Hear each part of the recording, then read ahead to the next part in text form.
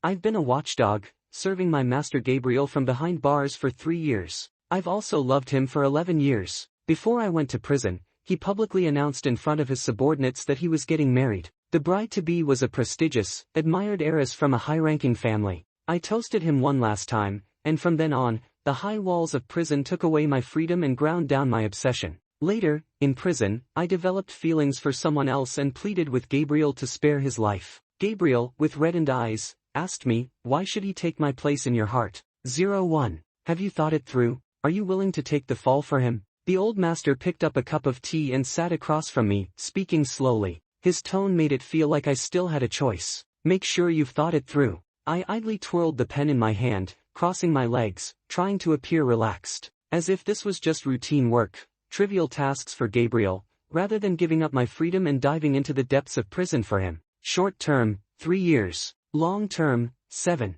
We'll do our best to manage things. The old master had once been a force to be reckoned with, but his bones weren't strong anymore, and he'd aged a lot. Still, his words carried weight, but the promises he gave were limited. I nodded to show I understood and laid out my condition. The same as before. After I get out, I want my freedom. We won't break our word. From now on, your life belongs to you. The old master set the teacup back down with authority. Before leaving, he hesitated for a moment. About Gabriel, he doesn't need to know, I interrupted. The head of the household had plenty to deal with, especially with recent celebrations, and didn't have time to worry about a mere watchdog barely scraping by, even if that watchdog had been by his side for 11 years. The old master said no more and pushed the door open. 02. No sooner had he left than Gabriel called. Connor, where are you? Impatience crawled through the line and into my ear. I'm on my way, young master. I dragged out the words, my tone full of helplessness. Spoiling him had become a habit. I wondered if marriage would temper Gabriel's temper at all. If you don't come soon, I'm going to be drowned in drinks. I rubbed my temple, already imagining a group of people piling various liquors in front of Gabriel, using the wedding as an excuse to celebrate him and overwhelm the businessmen. All right. When I arrived, as expected, everyone was filling glasses to the brim, setting the perfect festive atmosphere. Boss, marrying Chloe, that's quite the achievement. Who among the veterans would dare oppose you now? You say that like our boss depends on women. Boss succeeds because of real skill. I leaned against the door with my arms crossed, listening to their endless praise, until a few of the tail-end crew noticed me and hurriedly bumped into each other as a silent warning, not daring to speak in my presence. Everyone knew I'd been taken in by Gabriel since childhood, as a confidant, a manager in the family business, and a bed companion. Though the role was awkward, I was at least a close companion and had helped Gabriel become head of the household. But my feelings had always been obvious. So some things, they tacitly knew not to say in front of me. I found it amusing. Fearing a lull, I started joking around. Wow, all of you sure have boldness. I stepped forward, took the drink offered to Gabriel, and downed it in one gulp. You should ask me first if it's okay to pour this on him. Seeing my indifference, the room instantly warmed up. And so, I became the unlucky one to chase the drinks. Though, honestly, my tolerance had been trained for Gabriel all along. Just by standing there, Gabriel's expression seemed lighter. He went outside to make a call and didn't return for a long time. Connor, you're amazing. That North Street incident last time, handled so quickly. I waved it off, bending slightly to ease the burning in my stomach. The weight inside felt like 1,000 pounds, pressing down uncomfortably. I smiled, gripping the cup, tipping it to my lips. The lights above flickered, scattering colorful beams that dazzled my eyes. Of course it wasn't hard to cover up an intentional assault case. Just have someone take the fall. On the day of the incident, only Gabriel, Chloe, and I were there. That bastard Gabriel hit a vice president at the business association several times just to vent for Chloe. The man is still in the hospital. If I didn't take the fall, would Gabriel have gone to prison? Doesn't matter. I'm alone in the world. This life, sold, leaves me owing him nothing. As the party wound down, Gabriel entered with Chloe, sparking cheers. Among the drunk voices, I watched him from afar, completely sober. Through the haze of the room, I raised my glass to him. Congratulations on your wedding. 03. I dreamed again of when I was 13. My parents died in a fight over gambling on their turf. On New Year's Eve, fireworks exploded across the sky, and as the countdown echoed, I saw their unclosed eyes. That year Gabriel was 15, and he took me off the street. They were forced to clean up the aftermath of my parents' deaths for me. From then on, I lived as if my whole life belonged to Gabriel. My phone kept ringing non-stop, my head too heavy to lift. A hangover really can kill you. No one but Gabriel would make this kind of back-to-back call. You're still sleeping at this hour? What are the people under you supposed to think? He had completely forgotten whose fault it was that I was drinking like this. I couldn't be bothered to explain, waiting for him to give instructions instead. What's up, boss? There was a pause on the other end. After a moment of hesitation, he finally spoke. This afternoon, go pick up Chloe for me. I really can't get away. She's at Central International for a yoga class. The dizziness from my hangover vanished as soon as I processed his words, replaced by a slower, dull ache in my chest. Why me? All those years of sleeping beside you, you sure do trust me. After what happened last time, I'm afraid someone from the Chamber of Commerce might still give her trouble. I don't trust anyone else. Only you. I almost laughed. Yeah, only me, the one who's followed you around since we were kids, who obeys every word. So obedient you don't even question my loyalty, and you never have to care about my feelings. I took a deep breath, swallowed all my bitterness, and answered quietly. Okay. 04. Chloe was the very definition of a high-born young lady. Composed, well-mannered, graceful. She sat in the back seat, not saying much, only changing into a girlish tone when she picked up Gabriel's call. I couldn't help wondering why someone as ruthless as Gabriel had caught her eye. That question was answered the moment Gabriel opened the car door for her. The man who usually kept a stern face and moved with sharp efficiency now held a bouquet of wisteria, his eyes and brows softened with warmth. It was the complete opposite of the Gabriel I knew. Side by side, they looked like a perfect match. I suddenly understood, being loved doesn't need a reason. Some people are just born to stand on higher ground. Gabriel tapped on my window. I rolled it down. Are you mad? My chaotic thoughts froze, stuck in my throat. I had no idea what place I held in his mind, so I just shook my head and deliberately shot back. On what grounds would I even be mad? Gabriel clearly hadn't expected me to turn it back on him and was briefly speechless. It was obvious the conversation couldn't go on, so I started the car. Let's go. I had to go. The summons had already come. Today was my last day outside. My expression was far from relaxed, but before he turned away, I called out to him again. Boss. He glanced back, his eyes still cool. Keep more people around you. You'll always need them. He didn't understand, thinking I was still sniping at him. His face went cold. Connor, have I been spoiling you too much? I shook my head with a bitter smile, pulled my head back into the car, and drove off before he could flare up again. In the rearview mirror, Gabriel's figure blurred. I lifted my hand, shaped my fingers into a gun, and aimed at that tiny silhouette, just like the games we used to play when we were kids. Goodbye, forever. 05. In detention, my hair was cut to the shortest length, making me look like an inexperienced kid. Thrown into a den of wolves and tigers, I was destined to be chewed up. Wet bedding, toilets that never got clean, sleepless nights. It felt like my life had been scrubbed raw. In the end, during a life-or-death fight against 5 men, I clung to a sharpened toothbrush and barely kept my dignity. Soon, my sentencing day arrived. 3 years, far better than I had expected. On the day of the transfer, a guard called out at the door. Connor. I quietly got up and stepped out. The guard whispered to me, someone's here to see you. Follow me to the visitation room. Who? So Gabriel finally found out the truth after months of not being able to reach me. But for him to take the risk of sending someone inside at this stage, that wasn't like him. What, did he have a guilty conscience? Came to apologize or thank me? I clasped my hands behind my back and flatly refused. I'm not seeing anyone. Then, under the guard's complicated gaze, I followed the group of transferees onto the bus. 06. Northern Prison. Late at night, I opened my eyes carefully amid soft rustling. 2 men sat together whispering. A tattooed middle-aged man and a skinny guy. Silently, I reached under my pillow and pulled out my hidden chopstick. By day, I'd already sharpened its blunt end. Caution kept me alive. My body was ready for a fight. A few minutes later, the people beside me drifted off in another direction.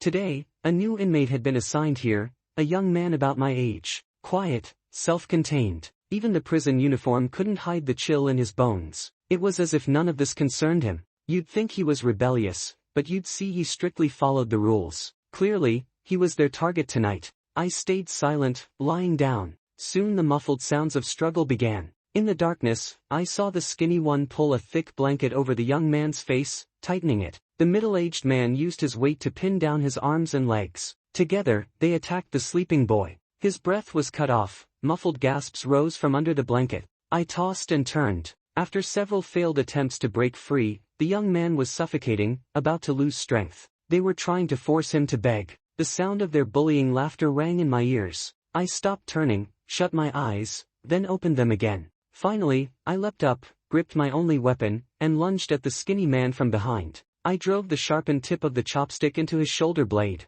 Blood sprayed instantly. He screamed and fell backward. Freed from the suffocating blanket, the young man seized the moment, sitting up and grabbing the middle-aged man by the throat with perfect aim. At the same time, I yanked out my weapon and stabbed at the man again, aiming for his neck. But this time, the young man stopped me. Just before the weapon struck again, his palm clamped around my wrist, halting my movement. After kicking the bigger man away with a swift, powerful strike, he pinned me firmly in place. His grip felt like handcuffs. "Don't kill anyone here." I saw his clear, steady eyes. He hadn't been asleep at all. I stopped moving. "I can make him a mute, all right?" I raised an eyebrow and drawled, not caring how inappropriate it sounded. "No, not safe." His tone left no room for argument. I clicked my tongue, ready to retort, but his grip loosened. Before I could react, he grabbed me by the back of the neck and dragged me to the head of the bed, away from the center of the fight, like I was a kitten. Then he turned. In a flash of vision, I saw the young man's eyes go cold. Below, the two attackers tumbled together. With the speed of a wolf, he tore into his prey.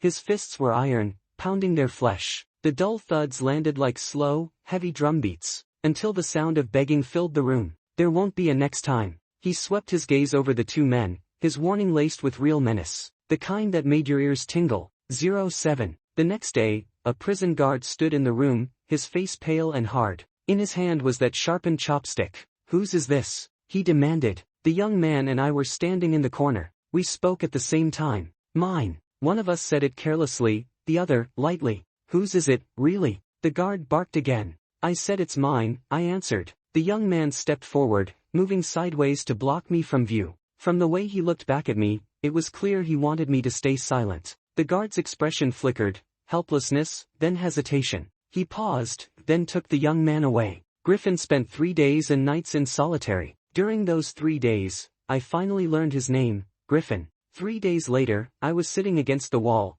chewing on a bag of bland instant noodles. I heard the sound of handcuffs unlocking, the metallic rings clinking crisply. When I looked up, Griffin was at the door. His knuckles were wrapped in layers of bandages, a little blood seeping through. Everything else about him, even his expression, hadn't changed at all. I shifted over, leaving him half my space by the wall. He sat down beside me without a word. There were still a few noodles left. I held them out to his mouth. He didn't take them. Instead, he reached into the pocket of his worn white pants. In a moment, he pulled out 2 chocolates and held out his palm to me. In that airless iron cage, the wrappers looked brand new, like treasures carefully kept. His throat bobbed as he whispered, "For you." I froze. Then he turned his head, his eyes locking on mine, his voice softer. "All for you." His pupils were like deep water, impossible to see the bottom, and without warning, I almost fell into their pull. 08. A friendship born out of risk and sacrifice meant that Griffin and I naturally stayed together. Whether it was meal breaks, time in the yard, or fights for survival, he was always there, like my shadow.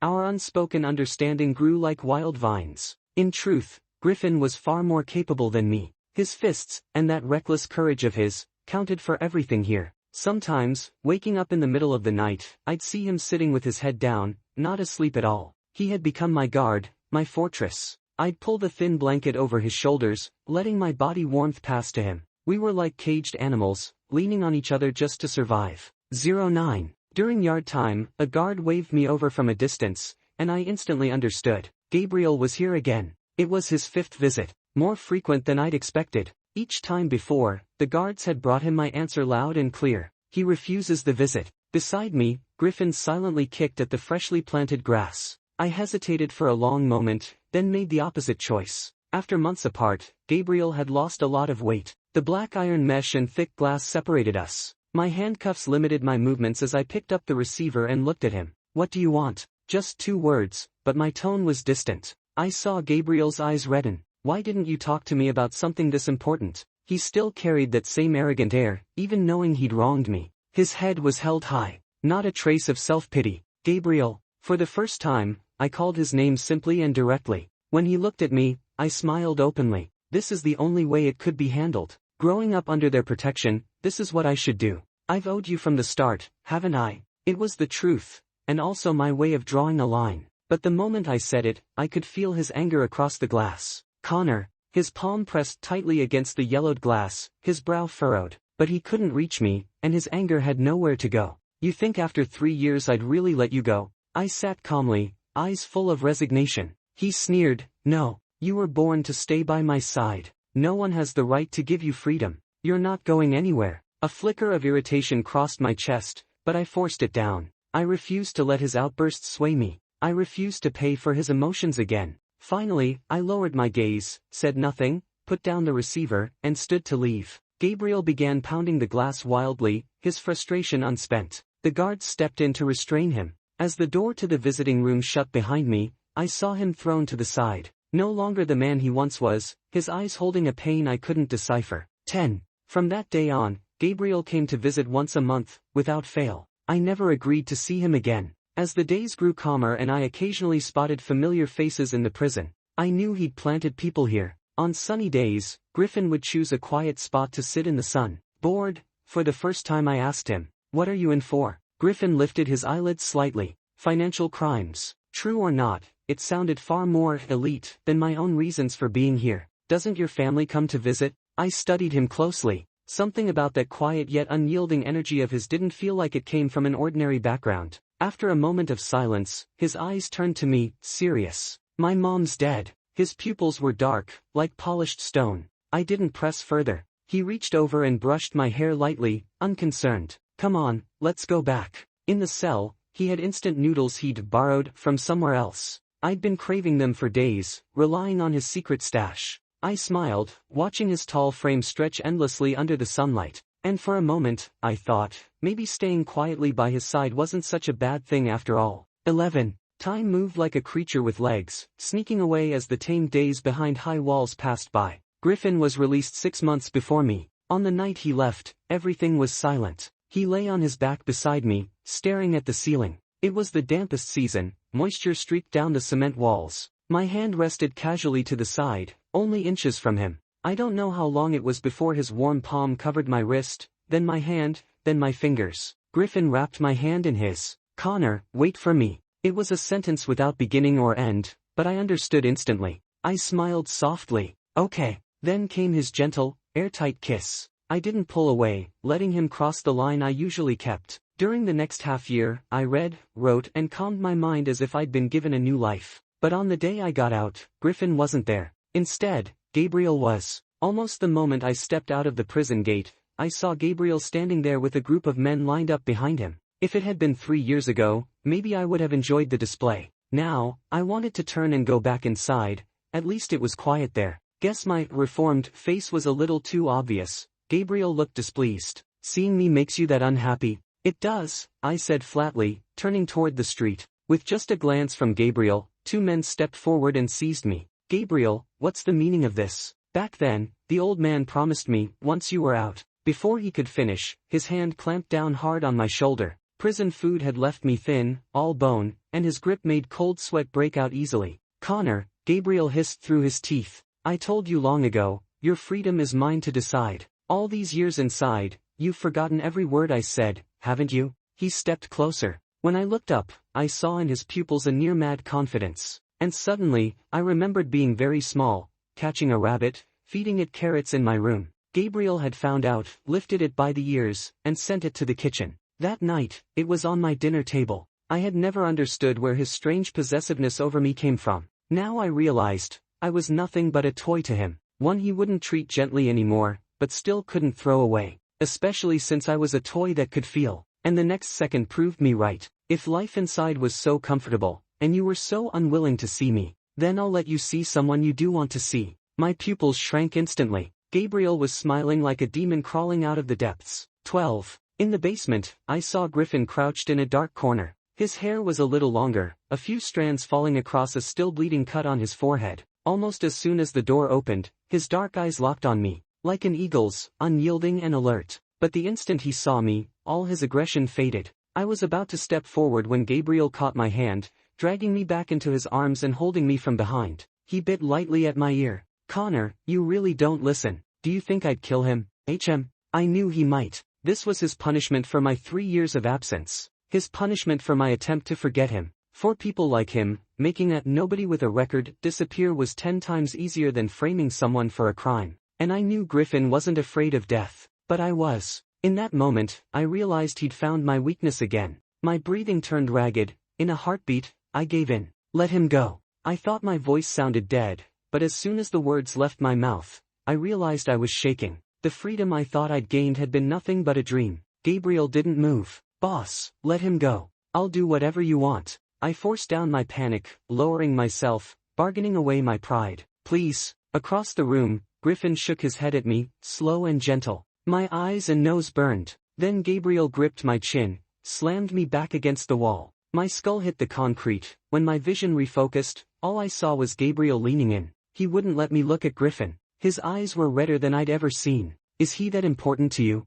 So important you'd beg me? The servants around us all lowered their heads, barely breathing. But Gabriel had lost all reason, every word an accusation, as if I were the one who had betrayed true devotion. 3 years, what did he give you? What did he give you that makes him worth more than me? I had no answer. Our gazes met, mine clear and steady, and I realized, my feelings for him were truly drained dry. Wasn't that, in its own way, a kind of freedom? My jaw ached as if it might be torn off. Tears, purely from pain, welled up and finally rolled down my face under his tightening grip. My fingernails dug into my palms, endurance at its limit. Then, a second before I snapped, the pain vanished. A low, deep voice reached my ear, steady and cold. After 3 years together, I knew it by heart. Gabriel, I've been holding back for a long time. 13. A sharp gust of wind swept past my ear, then the crack of a fist, iron hard. When I opened my eyes, Gabriel was on the floor, blood at the corner of his mouth. Griffin stood in front of me, his presence so heavy it chilled the room. His fingers clenched,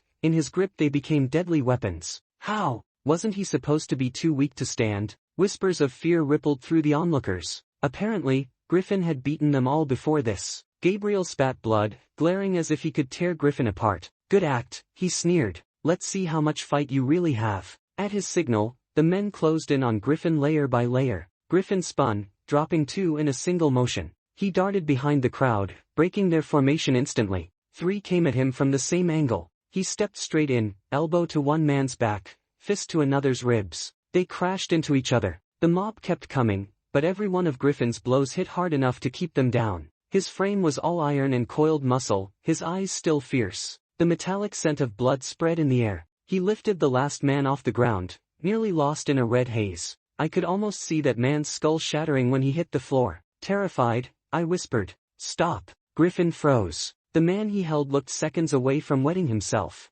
Saved by a single word from me. "Let go," I said again. Silence fell. Griffin tilted his head, easing his grip. Then he slowly walked toward me, his gaze overflowing with something like devotion. A moment ago, he had been a wild predator. I raised my hand, wanting to touch his wound, but he gently caught my hand first, and pressed a kiss into my palm. In that instant, I understood, he was never the rabbit. He was the one who fought off the jungle for me. A warm, rough head leaned into my neck. He murmured, "I'm sorry I couldn't be there to pick you up." My heart softened, collapsing inward. I no longer wanted to give in. A few steps away, Gabriel's unwillingness burned into hatred. 14. Soon, Gabriel had the basement completely sealed off. Many faces I had once walked beside now looked at me with unease. "Connor, bow to the boss. He's really angry this time. Why are you protecting this kid? The longer you've been inside, the more uncomfortable the boss has been outside. We can all see it. He has deep feelings for you, or he wouldn't have called off the marriage." I ignored them, standing still, finding it almost laughable. To him, feelings were just child's play. Raised above everyone from birth, used to doing as he pleased.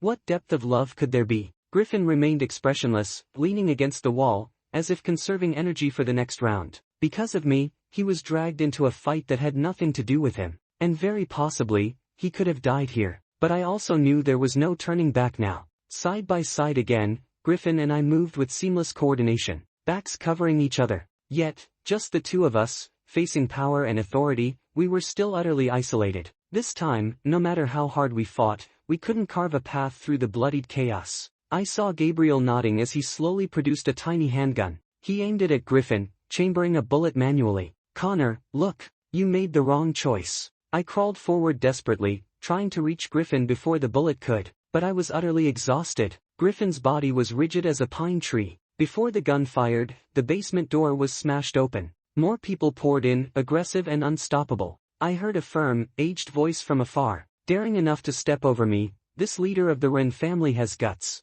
Time seemed to freeze. Light from the doorway cut into the basement. I noticed Griffin's brow shift just slightly. The elderly man's hair was gray, but he moved with vitality. Behind him, rushing and flustered, was the old family head. Seeing Gabriel aiming a gun, he was shocked. He rushed forward and slapped Gabriel loudly. Gabriel, unprepared, stumbled back. The gun clattered to the ground. Before I could think further, the crowd that surged in quickly gained overwhelming advantage. The elder turned to Griffin and bowed slightly, humble in tone. "Second young master, the first young master sent me to bring you home. This time, I hope you'll grant us some grace." 15. The tension snapped as sharply as a needle falling. The situation shifted instantly. The elder slapped Gabriel publicly, leaving Gabriel's expression unforgettable. Yet, realizing the seriousness of the matter, Gabriel suppressed his arrogance, though disbelief lingered in his eyes. The elder smiled awkwardly. "The young master rarely leaves home. This time, it was my son's oversight." He didn't insist on politeness. He gave all authority to Griffin. Yet Griffin had been staring at me all along. As Griffin's extraordinary identity was revealed, I went from shock to relief in a heartbeat. But beneath the relief, I felt a strange unfamiliarity about the person who had accompanied me all this time. So he wasn't just a regular kid. I hadn't misjudged him. Griffin seemed to sense my mixed feelings and stepped forward 2 paces. "Connor." The elder stopped him, insisting. "Second young master, the first young master ordered that we must bring you home today, no matter what." It was respectful but firm. Griffin looked reluctant, a fleeting unease in his expression. Only I could see the reluctant pain he carried. Not wanting him trapped, I shook my head, signaling him not to move forward. Then I turned and walked out first. 16. There's a rumor. The previous family head had an illegitimate son who grew up outside. In recent years, as the old head grew ill, the heir tried to protect his position by framing this illegitimate son and sending him to prison. But before dying, the old head notarized most of the assets to the illegitimate son. The heir became the passive one. Now it seems the illegitimate son is your friend. The elder sat across from me and explained calmly. Time had passed. The last time we sat here, I had chosen to take the blame for Gabriel. His hair was grayer now. Regarding Gabriel, his only son, there was more resignation than anger. Gabriel has always been spoiled, indulged in every whim. Even I can see the feelings he has for you. He himself cannot. I lowered my head, heavy with unspoken frustration. Each word reached me, yet felt rejected. "Rest assured, what I promised you, I will not break. That bastard can't control you either." I thanked the elder and stepped out, passing the hall where Gabriel knelt in punishment. I entered, removed the Buddha pendant I had hung there years ago, my token of submission. Gabriel's knees hit the floor, without a cushion. As I brushed past him, he grabbed my wrist stubbornly. "Connor, why can he replace me in your heart? Why?" Most of his pride and obstinacy had faded, leaving a hint of desolation. I remembered when he was small, punished for misbehavior the same way, kneeling in the hall. I would kneel beside him, the whole night through. Now, we nearly became eternal enemies. I had no heart to answer. Instead, I asked him, "Why call off the engagement?" Caught off guard, his eyes scanned my profile. "I don't love her." I smiled softly, mockingly. "Not love." Yet back then, even I thought he loved her. "Then who do you love? Could it be, you love me?" He traced the bones of my hand, his nose brushing against my knuckles, eyes burning with desire. It was an unspoken acknowledgement. I pulled my hand away, denying everything. "You don't love me either, Gabriel. You only love yourself." He froze. I stepped out of the hall. Outside, fine rain began to fall. The road ahead was long, but I didn't need to look back. 17. Within a month, the power dynamics among several prominent families in North City had completely shifted. The young master publicly promised to include the second young master and his late mother in the family registry. This second young master, who had never appeared publicly before, was ruthless and focused on targeting outside families. In his first week in power, he picked 3 clan offices, seizing their water trade and smuggling operations. Resource grabs were common, but this series of actions caught the attention of sharp observers. Wasn't this second young master supposed to be uninterested in wealth, living high-minded? Now it seems he's no ordinary man. That was years ago. I heard now he's willing to cooperate with the young master, just to secure a foundation for his wife. How much confidence do you need that requires challenging everyone? His wife used to be the former head's favorite. As rumors spread outside, the spring festival approached. I sat on the half-open rooftop, sipping a can of beer. Since finding a place in this old building, I'd started to enjoy a quiet, content life. Halfway through the beer, someone snatched the can from behind. Before I could turn, a thick coat wrapped around my body from the back, carrying residual warmth. Griffin's face was unreadable as he tossed the beer into a distant trash bin. I ignored him, not caring to ask again how many locks he'd removed from my apartment. I padded inside. The room was warm, the heater running. I wasn't used to it. Before going upstairs, the house felt as cold as the winter night outside. Now, warmth filled my limbs, and I could hear the kettle boiling in the kitchen. Griffin followed me downstairs, prepared a bowl of noodles, the aroma filling the air. He placed it in front of me, along with a glass of milk. It felt like being back inside the high walls, just the two of us surviving together. The frustration I'd held in for so long finally seemed to dissipate. "I'm not drinking." I pushed the milk away. He stubbornly put it back into my hands. "You had stomach problems those 3 years, but didn't you throw out all the alcohol?" His eyes were firm, yet there was a hint of grievance. After a short back and forth, I relented. I took a few sips of the warm milk, then focused on the noodles, savoring each bite slowly. "You were mad all this time, and you just stayed silent, huh?" The words left my mouth, and I realized I had lost some confidence. I couldn't deny that I had cared deeply about him hiding his identity from me for 3 years. Griffin, usually quiet, paused for a long moment. "Connor, when I was a child, I really did grow up with my mother. I had no feelings for my father. Before he left me any inheritance, he'd rather I die. They feared the leverage I now hold and had no choice but to negotiate with me, and that was the only chance I had to get my mother included in the family registry." He recounted the past, his tone calm, yet I could almost picture the gilded but constrained life of his childhood. "So, whether someone is family isn't that important." He half-squatted in front of me, his gaze gentle. "I am me, and only me." I looked down, noticing the thick calluses on his fingers. Thinking of the rumors outside that stemmed from me, my heart softened completely. 18. The doorbell rang at an inconvenient time. Griffin got up to answer. At the door was a bouquet of flowers. The sender left in a hurry, but had tucked a card among the blooms. "I want to spend New Year with you." I leaned in. "Who's it from?" Before I could see clearly, Griffin had carried it several steps away and tossed it into the outdoor trash. His expression was more intimidating than when he was hitting someone.